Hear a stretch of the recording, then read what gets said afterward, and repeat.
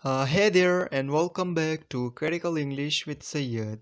This is episode 3 in our Parts of Speech series. The topic of this lesson is pronoun and kinds of pronoun. So let's begin. So, in the beginning, let me ask you a simple question from all of you that what is actually pronoun is. So, let me tell you my view about pronoun. A pronoun is a word that takes the place of a noun, like he, she, it, they, someone, or who. So, these words are pronoun. And a pronoun can do all the things that noun can do. So, pronoun can be used in many positions, like it can be used as a subject, it can be used as a direct object, it can be used as an indirect object, and it can be used as object of the preposition. So simply we can say that pronoun is a word or parts of speech that is used instead of a noun. So let's look at a few examples. So in the first sentence, Ali is a blind mountain climber.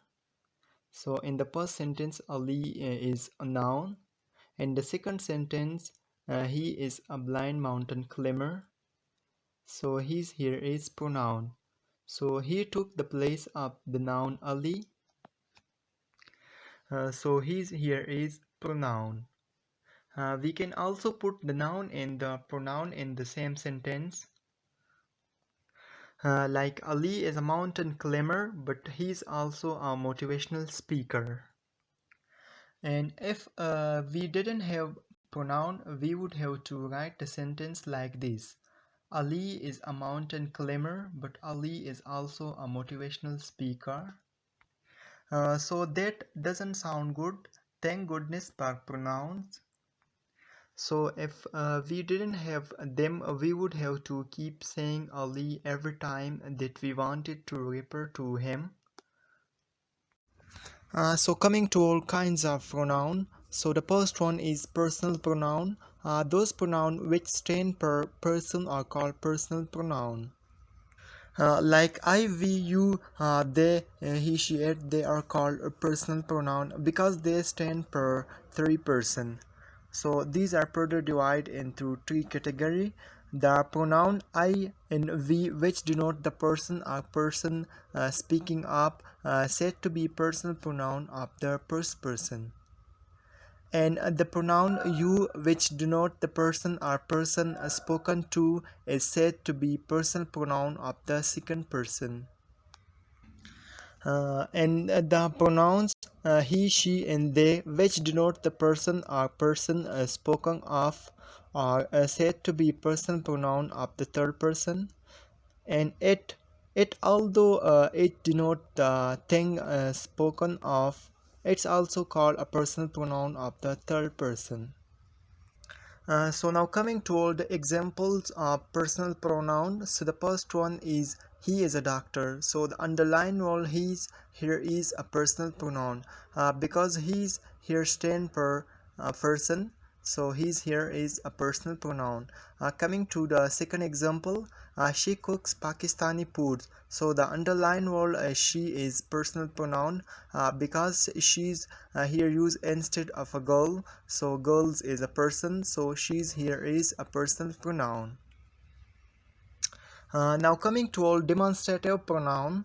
Those pronoun which point out objects are called demonstrative pronoun. So there are only four demonstrative pronoun. We use them to point out particular people or thing, and a demonstrative pronoun are this, that, these, and those. So now coming to all the example of demonstrative pronoun. So the first one is this is the pen that I bought at the supermarket. So the word this in the first sentence refer to or point out the word pen. So the word this in the first sentence is pronoun. So this in the first sentence is demonstrative pronoun. Coming to all the second example, which is this pen is mine. So the underlined word this qualify the word pen. So the word pen is noun. So the word this in the second sentence is an adjective. So from the above two example, we can easily say that when the words this, that, these and those qualify a noun, so they are demonstrative adjective. But when the word this, that, these and those refer to or point out a noun, so they are demonstrative pronoun. So coming to all another kinds of pronoun, which is interrogative pronouns. So those words which introduce question and function is a pronoun or interrogative pronoun. So the interrogative pronouns are what, which, who, whom, and whose. They are used in questions. So coming to all examples of interrogative pronoun. So the first one is who bought this mobile. So the underlined word who in the first sentence is interrogative pronoun. Coming to all the second example, which is your computer. So the underlined word which in the second sentence is interrogative pronoun. Coming to all another kinds of pronoun, which is reflexive pronoun. Reflexive pronoun refer to another noun or pronoun in the sentence. Reflexive pronoun ends with self or selves. So we can say a reflexive pronoun is used to refer to the subject of the sentence.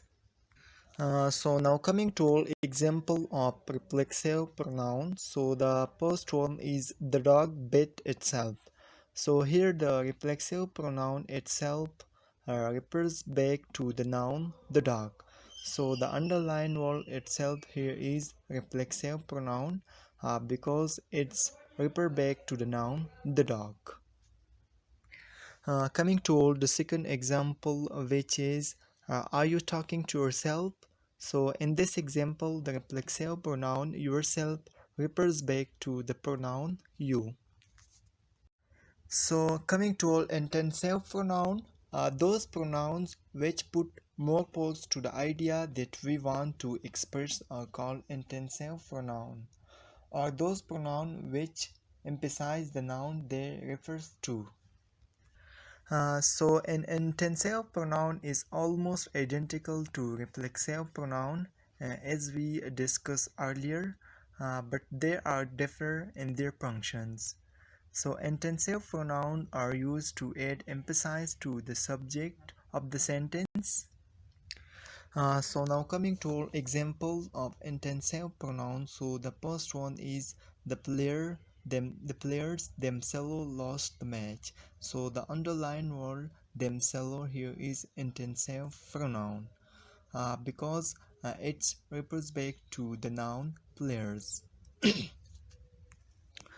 Coming to all the second example, which is the teacher himself checked the paper. So the underlined word himself here is intensive pronoun because the word himself refers to the noun teacher. Moving to all reciprocal pronoun, those pronoun which show that a subject does an action and receive it as well. So we use a reciprocal pronoun when each of two or more subject is acting in the same way toward the other. For example, A is talking to B and B is talking to A. So we say that A and B are talking to each other. So coming to all the example, the doctor and the patient gave the bells of flower to one another. So the underlined word one another reciprocal pronoun. So the underlined word in the above sentence one another show the exchange of action between people. So moving to a relative pronoun, those pronoun which refers back to the noun in joint sentences are called relative pronoun. So coming to all example of relative pronoun, Ali bought a mobile phone. The mobile was very expensive. Ali bought a mobile which or that was very expensive. So the first sentence, a noun, the mobile has been underlined. The noun, the mobile also function is the subject of the sentence. And the second sentence, the relative pronoun, which or that has replaced the noun or subject mobile. So thus it is clear that a relative pronoun can function as a subject of a relative clause. So which or that in the above sentence is relative pronoun. So moving to indefinite pronoun, those pronouns which do not refer to any particular person, place or thing and give us general idea of the person, place or things are called indefinite pronoun. Indefinite pronoun refer to people or thing without being specific.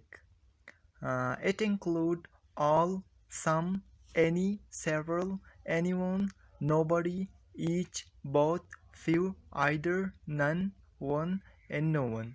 So these are indefinite pronoun. So coming to example of indefinite pronoun. So the first one is all the students are in the class. So the underlined word all is indefinite pronoun because all is used for the whole students and it's general to all. Coming to the second example, nobody is there to teach them. So nobody is indefinite pronoun. So it was all about pronoun and its kind. Thank you all for listening it.